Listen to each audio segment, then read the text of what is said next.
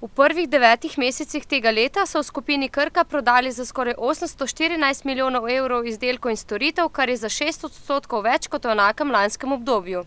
Profit je za 3 odstotne točke nižji in znaša 111,5 milijona evrov. Do konca leta računamo, da bomo realizirali planirano prodajo, to se pravi milijardo 134 milijonov evrov blaga in storitev, medtem ko dobiček pod črto bo nekaj odstotnih točk predvidoma nižje.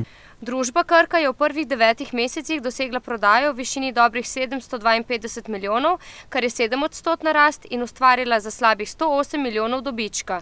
Za investicijska vlaganja in naložbe so sicer v skupini Krka v prvih 9 mesecih namenili dobrih 95 milijonov evrov. Kar se Krškega tiče, smo mi v letošnjem poletnem času začeli z izgradnjo, to se pravi tako imenovane sinteze 1 in pa infrastrukture za tisto tovarno, kar skupaj z infrastrukturo znese v prvi fazi 85 milijonov evrov. Seveda bo to trajalo dobri 2 leti, da se zgradi. Še večja naložba pa je 200 milijonov evrov vredni Notol 2 v Ločni. Načrti skupine Krka za prihodnje leto so optimistični.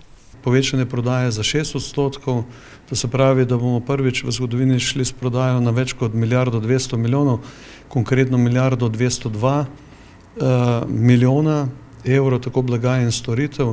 Seveda večino tega bomo realizirali v tujini. V Sloveniji, tako kot v zadnjih letih, rasti ne predvidevajo, bodo pa povečevali število zaposlenih. Letos za 6% v primerjavi z lani, prihodnje leto pa še za 6% več. Prihodnje leto bo tako krkašev že prek 10 tisoč.